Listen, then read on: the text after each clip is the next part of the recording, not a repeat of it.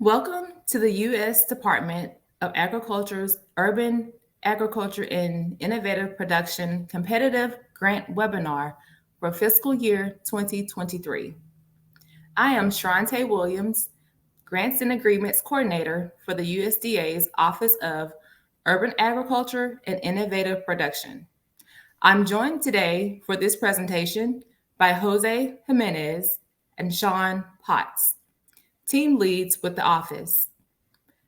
This presentation is recorded and posted on farmers.gov/urban for anytime viewing at your convenience.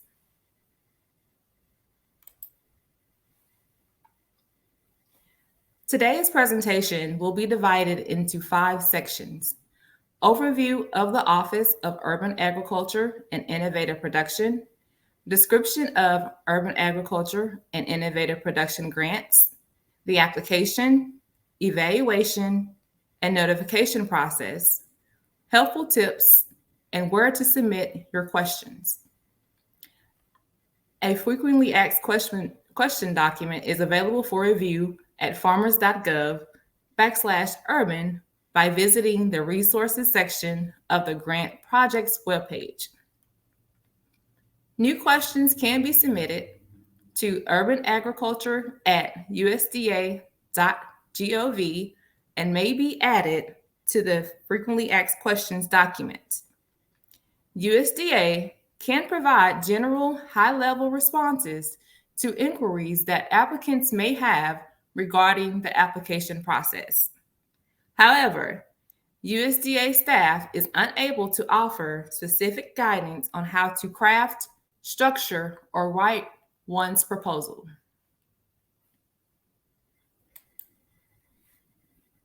So what is the Office of Urban Agriculture and Innovative Production? It is an office within the USDA managed by the Natural Resources Conservation Service. The mission of OUAIP is to encourage and promote urban, indoor, and other emerging agricultural practices, including community composting and food waste reduction. The authorizing statutes and regulations for this opportunity are under Section 12302 of the Agriculture Improvement Act of 2018, also referred to as the 2018 Farm Bill. The Urban Agriculture and Innovative Production Competitive Grants Program is authorized by Section 222 of the Department of Agriculture Reorganization Act of 1994, as amended by Section 12302 of the Agriculture Improvement Act of 2018, 7 USC 6923. The Secretary of Agriculture delegated the authority for the administration of UAIP grants to the Chief of the Natural Resources Conservation Service. UAIP is administered by the NRCS. At this time, I will turn it over to Jose Jimenez to continue discussing Part 2, description of the urban agriculture and innovative production competitive grants. Thank you, Sharante. So the purpose of the UAIP Competitive Grant Program is to support the development of urban agriculture and innovative production. There are 2 types of UAIP grants being available for application under this Notice of Funding opportunity. There are planning projects, and we have the implementation projects. Planning projects are for supporting the development of projects that will either initiate, develop, or support the effort of farmers, gardeners, citizens, government officials, schools, members of tribal communities, and other stakeholders in areas where access to fresh foods are limited or unavailable. Implementation projects are for accelerating existing and emerging models of urban and/or innovative agriculture practices that serve multiple farmers or gardeners. Innovation may include new and emerging, as well as traditional or indigenous agricultural practices. UAIP grant supports project designs to improve access to local foods in areas where fresh, healthy food is limited or unavailable through urban and/or innovative agricultural practices, including but not limited to community gardens, urban farms, rooftop farms, urban agroforestry, food forests, orchards, outdoor vertical productions, green walls, indoor farms, greenhouses, high-tech vertical technology farms, and hydroponic, aeroponic, and aquaponic farm facilities. Both projects and implementation projects must be designed to support multiple farmers and gardeners, target areas lacking access to fresh, healthy food, and promote urban and/or innovative agricultural practices. Proposals submitted under this announcement will be reviewed for alignment with the USDA priorities on the Climate Adaptation Plan, Equity Action Plan, and Environmental Justice. Executive Order 13985, Advancing Racial Equity and Supporting of Underserved Communities. Executive Order 14008, Tackling the Climate Crisis at Home and Abroad. Executive Order 13990, Protecting Public Health and Environment and Restoring Science to Tackle the Climate Crisis. There is a link that you could follow to learn more about these critical priorities. UAIP planning projects should support more one of the following: assessments of the community needs within the local food system to identify how food is grown, distributed, or marketed, and what existing needs related to food access, nutrition education, conservation, and economic development can be addressed by urban and/or innovative agriculture.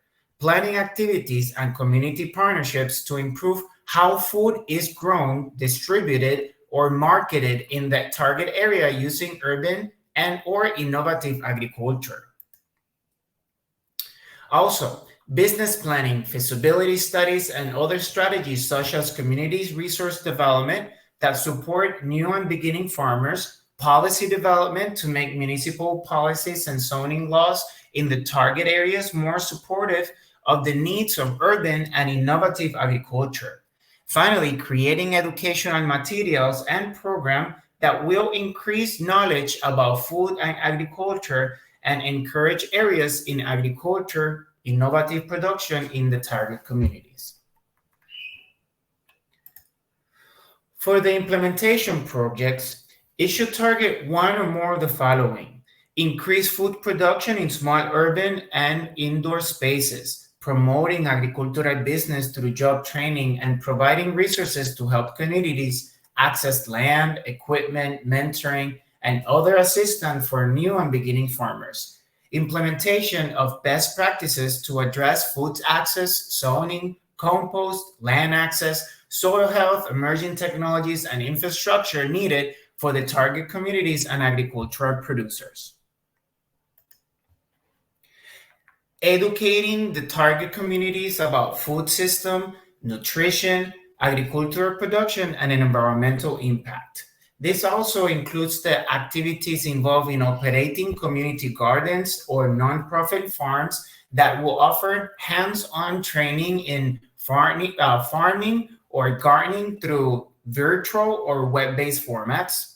Also providing K-12 schools with educational resources or programs that will increase student knowledge and access to locally grown food and will emphasize the importance of consuming nutritious and locally grown food and train students for career in agriculture and innovative production. So when deciding to apply for a planning project or an implementation project, the following should be considered. Planning projects should be for early stage investment in new or startup projects such as survey activities, assessments, development of technology, designing and planning of strategies developing recommendation and strategies, creating business plan, feasibility studies, municipal planning regarding policies and zonings, and producing educational materials. And for those implementation projects, should be for those activities that accelerate or expand work of an existing project, such as job training, mentoring, business development assistance, increasing food production, training students for agricultural careers, and expanding operations of community gardens or nonprofit farms. This is research proposals will not be accepted or considered for either UAIP grant. Now, who's eligible to apply for a UAIP grant?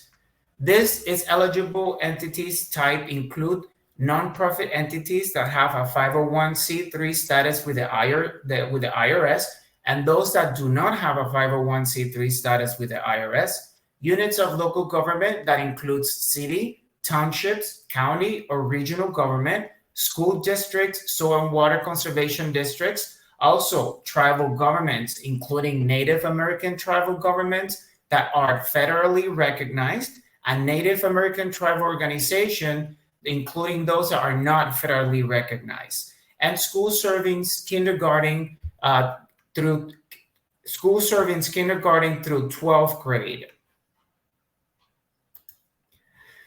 Individuals such as farmer, gardener, for-profit organization, and small businesses, state government, and institutions of higher education include extension programs are not eligible to apply for the UAIP grants. Applicants not located within the 50 United States, the District of Columbia, the Caribbean area, to include Puerto Rico or U.S. Virgin Island, the Pacific Islands, to include Guam, American Samoa, and the Commonwealth of the Northern Mariana Islands, they are not eligible to apply. Applications must choose between submitting a grant application for a planning project or an implementation project. An eligible applicant can serve as a lead on only one planning project or implementation project grant. Applications may be listed as a partner on more than one application. The proposed project should not duplicate activities from other federal awards and must have specifically different objectives. The estimated funding floor for planning projects for this opportunity is $50,000, and the estimated funding ceiling for the planning projects are $250,000. The funding floor means the minimum agreement funding amount for the federal share per agreement awarded. The ceiling is the maximum agreement funding amount for the federal share per agreement awarded. These numbers refer to the total federal share and not any specific budget period. The estimated funding floor for an implementation project for this opportunity are $75,000.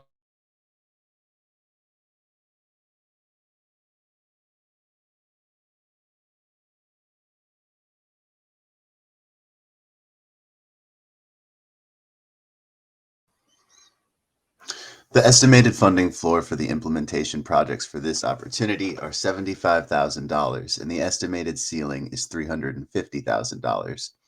Suitable UAIP projects include activities that encourage and promote urban, indoor, and other emerging agricultural practices, to include community gardens and farms located in urban areas, suburbs, and urban clusters, rooftop farms, outdoor vertical production, and green walls, urban agroforestry, food forests, orchards, indoor farms, greenhouses, and high-tech vertical technology farms, hydroponic, aeroponic, and aquaponic farm facilities, and other innovations of agricultural production.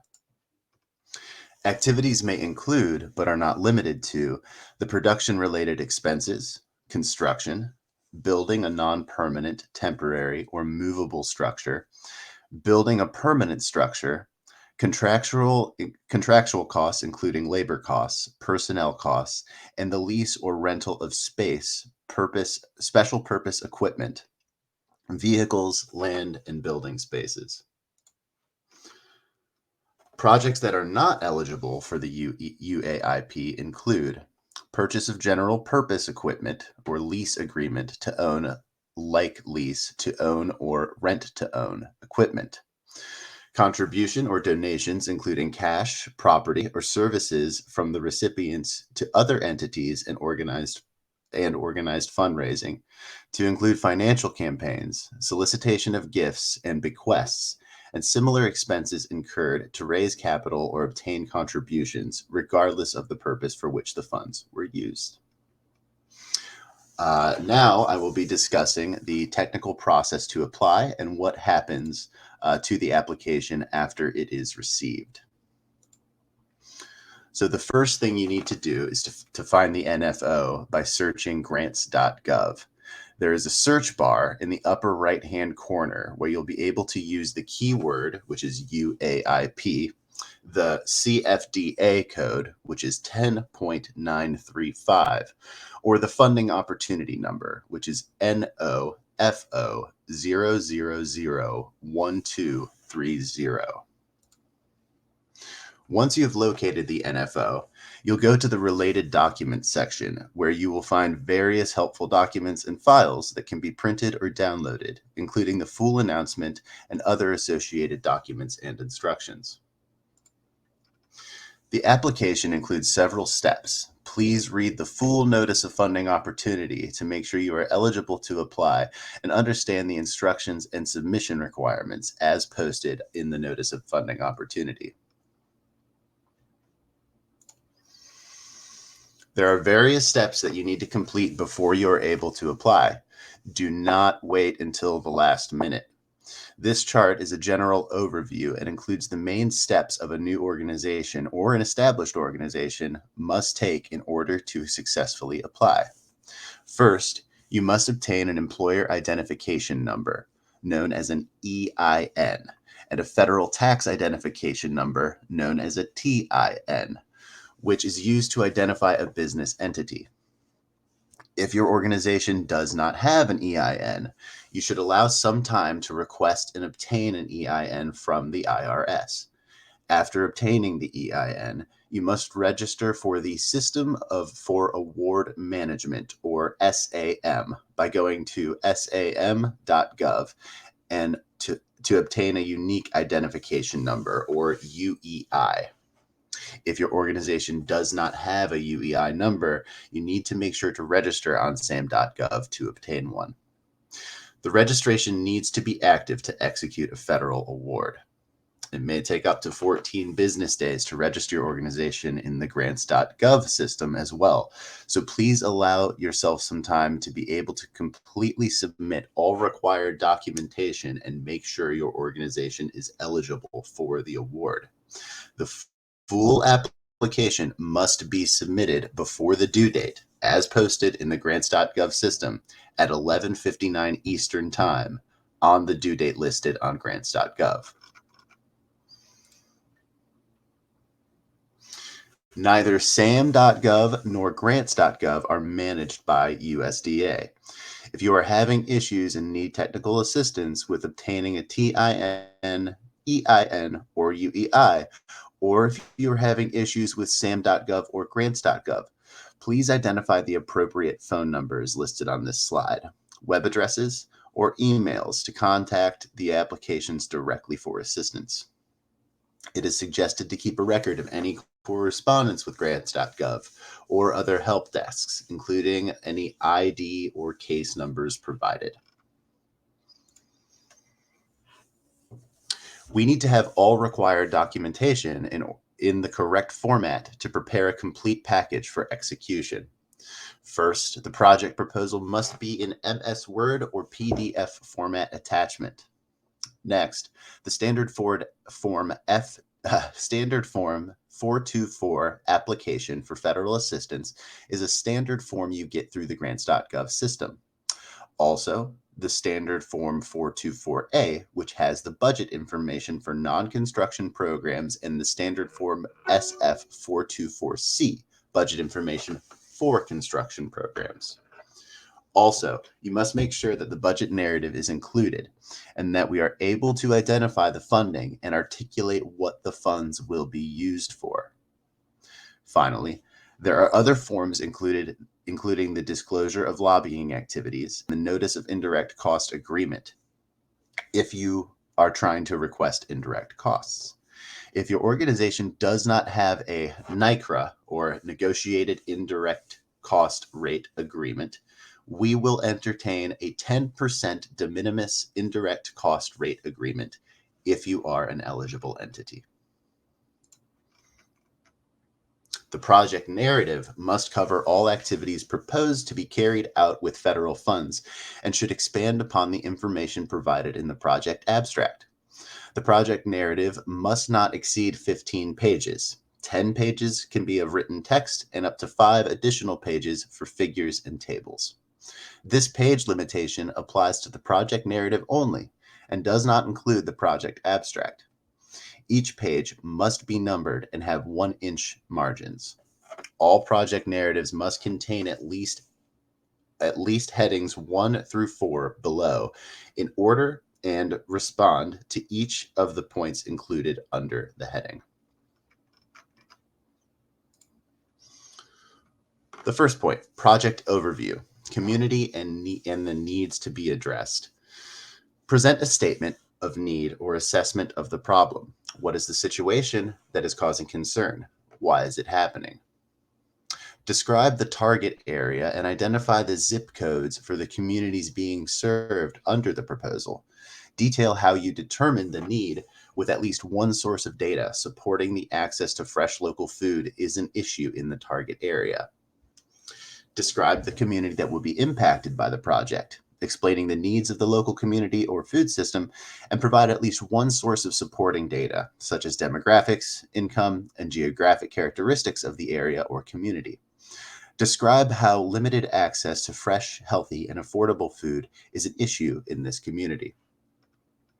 Explain how the project is aligned with the purposes and priorities of this program, and how it will make a difference in the targeted intended beneficiary community or communities.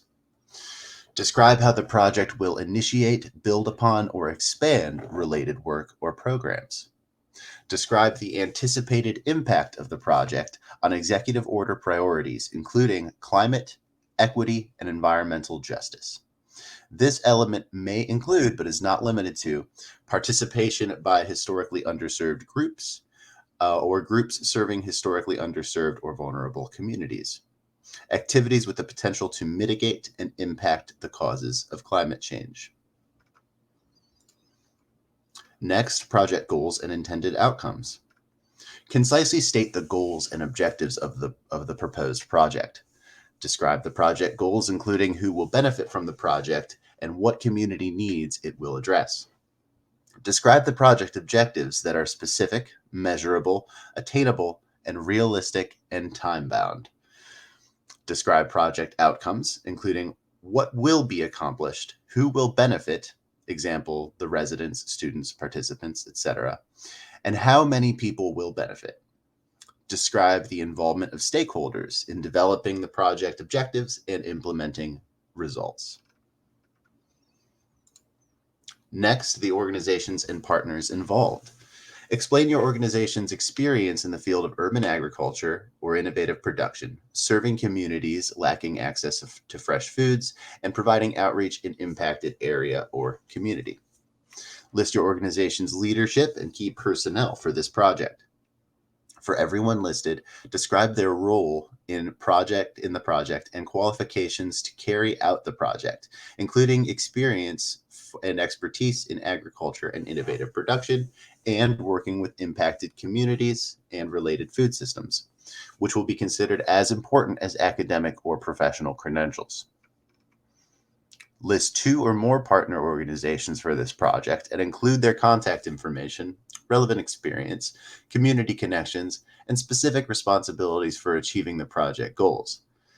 For projects that will be operating in another city or state, at least one partner should be located where the project will be served. Explain plans to coordinate work with partner organizations and to leverage existing resources. Finally, we have the work plan and activities to achieve the project goals. For planning and implementation projects, summarize the work to be performed in non-technical terms for each goal and project objective. Explain why the applicant and its partners selected the activities proposed in the application.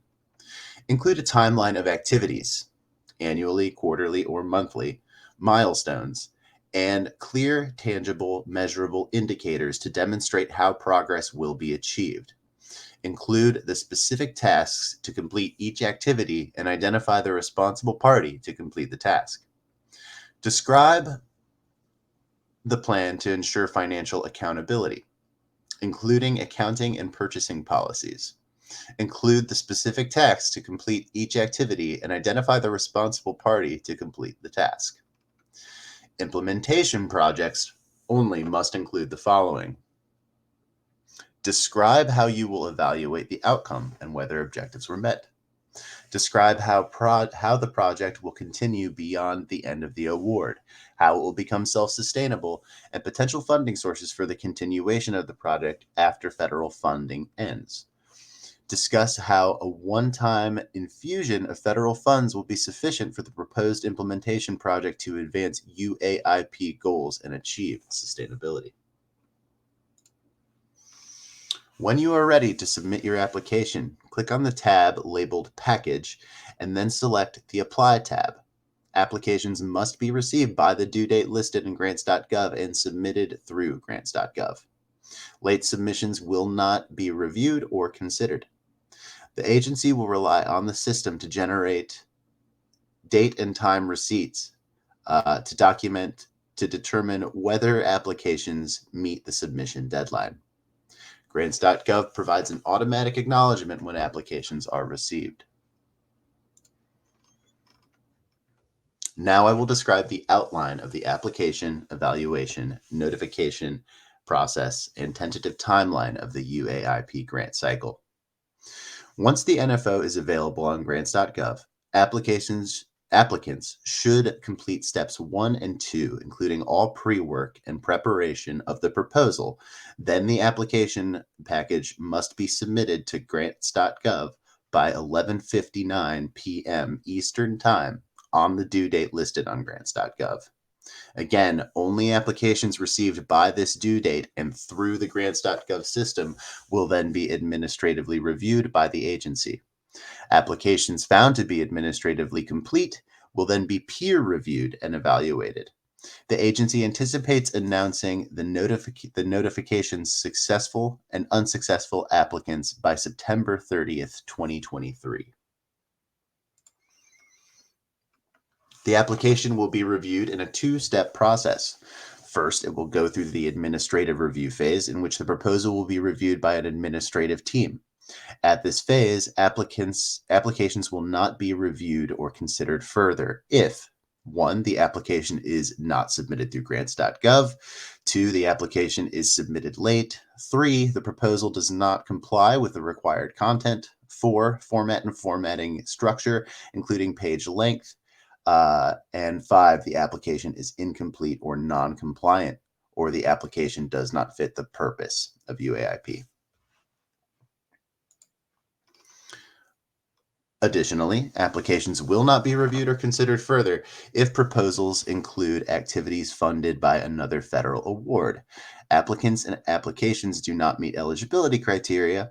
The applicant is identified in the SAM.gov exclusions database as excluded from receiving federal funding, or the applicant has committed fraud, including materially misleading or incorrect information on the application. Applications that are found to be administratively complete will then be agency peer reviewed and evaluated. The NFO contains the specific weights and evaluation criteria that reviewers will be using to review applications. Be sure to review the 5 criteria yourself so that you can understand what you should address in your project and budget narrative.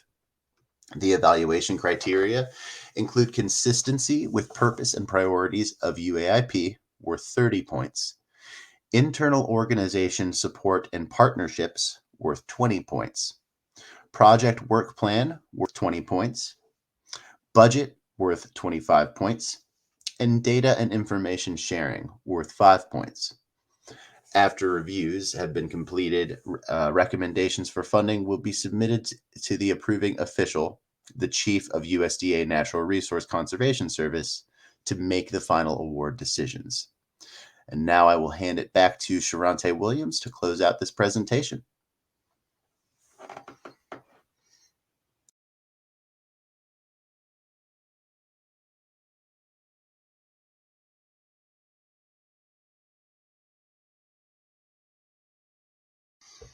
Okay, seeing that there are some technical issues, I will keep going. Here are some helpful hints for you. Do not wait until the last minute. Read the notice of funding opportunity in its entirety and be sure you understand. Align your project proposal narrative and your budget narrative. Make sure your proposal complies with the required content and format, including page limits, and get input from your collaborators and partners. Any questions can be sent to the OUAIP inbox at urbanagriculture@usda.gov. As a reminder, USDA staff is unable to offer specific guidance on how to craft, structure, or write one's proposal. All new questions must be added to the existing Urban Agriculture and Innovative Production Competitive Grants Frequently Asked Questions document, posted online at grants.gov and farmers.gov/urban. This presentation, with closed captioning, will also be posted on the website farmers.gov/urban and grants.gov for any time at viewing at your convenience. Thank you for attending the Urban Agriculture and Innovative Production Competitive Grant webinar. We hope to see your application. Thank you very much.